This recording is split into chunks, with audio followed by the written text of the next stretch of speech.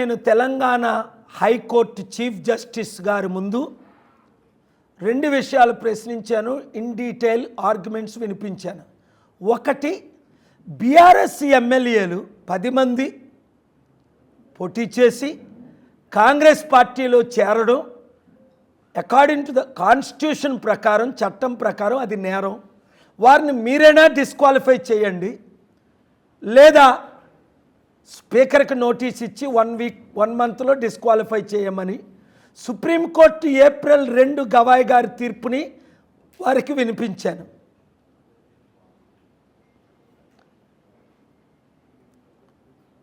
BRS ఎమ్మెల్యేల తరపుని రఘురామట supreme court judge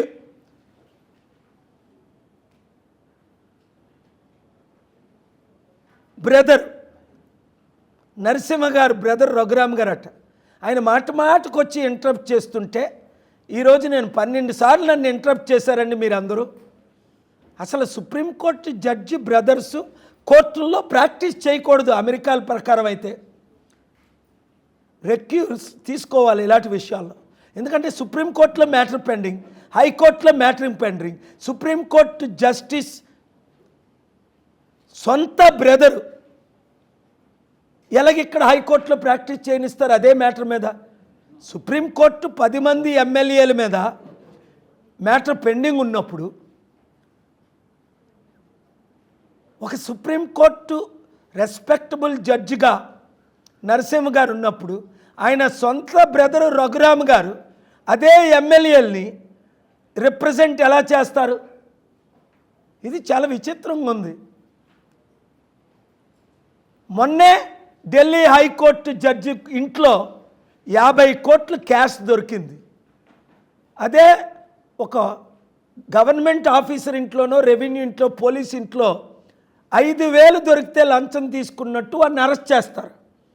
ఈ జడ్జిని ఏం చేశారు? అలహాబాద్కు మరలా ట్రాన్స్ఫర్ చేశారట. అబ్బా, ఎంత అవినీతి ఉంది అంటే జడ్జిలు ఎన్ని తప్పులు చేసినా పర్వాలా, అది 50 కోట్లు కాదు 500 కోట్ల ఇంట్లో ఉన్నా పర్వాలే, ఒరిజినల్గా 1000 కోట్లట.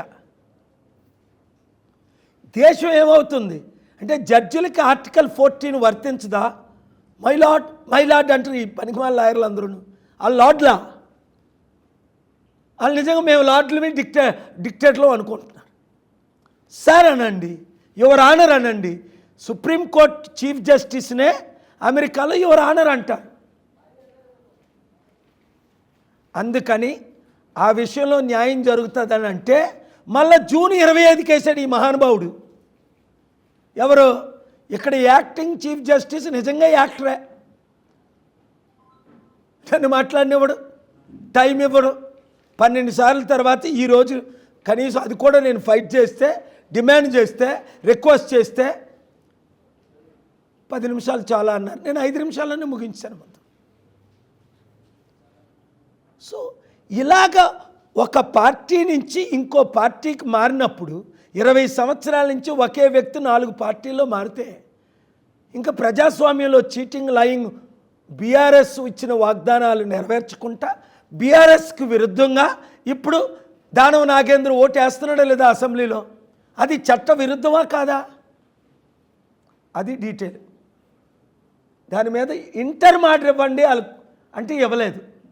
మ్యాటర్ పెండింగ్, జూన్ 25కి వేశారు. ఈ లోపుని ఏప్రిల్ 25, మే 25, జూన్ 25.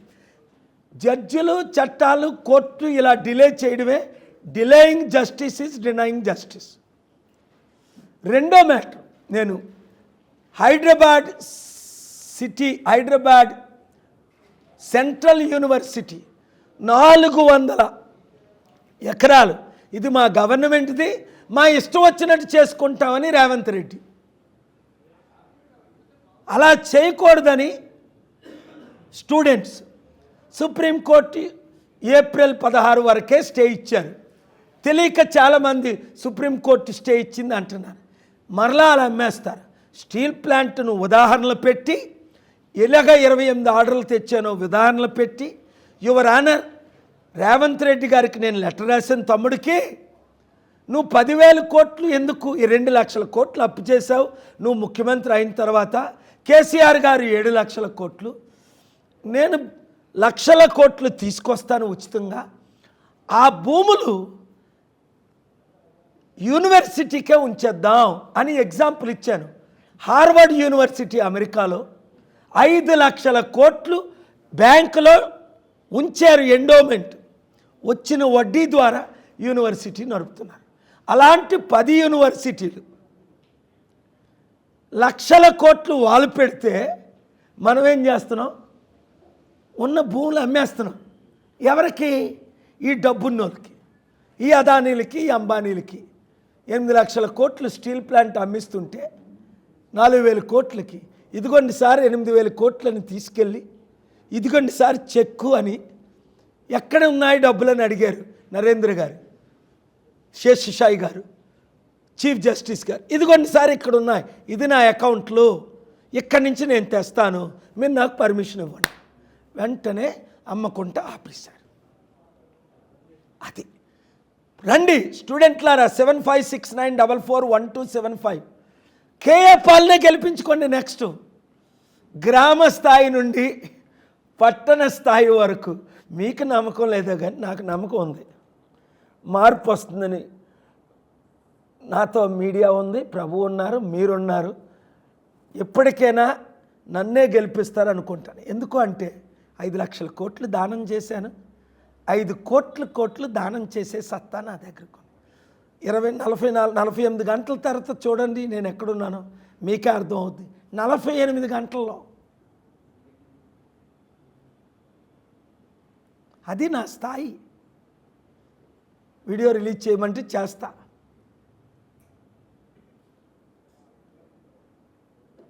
విద్యార్థులు, మహిళలు, నిరుద్యోగులు, ఉద్యోగులు, పెద్దలందరూ, రిటైర్డ్ వాళ్ళు ఒక్కొక్కరు 100 మందికి చెప్పి సికింద్రాబాద్, కరీంనగర్, నల్గొండ పేరుతో, మీ నియోజకవర్గం పేరుతో 7569441275 గ్రూపులు పెట్టండి. ప్రతిరోజు లేదా 2-3 రోజులకు ఒకసారి నేను మెసేజ్ పెడుతుంటా, మీకు రిప్లై ఇస్తుంటాను.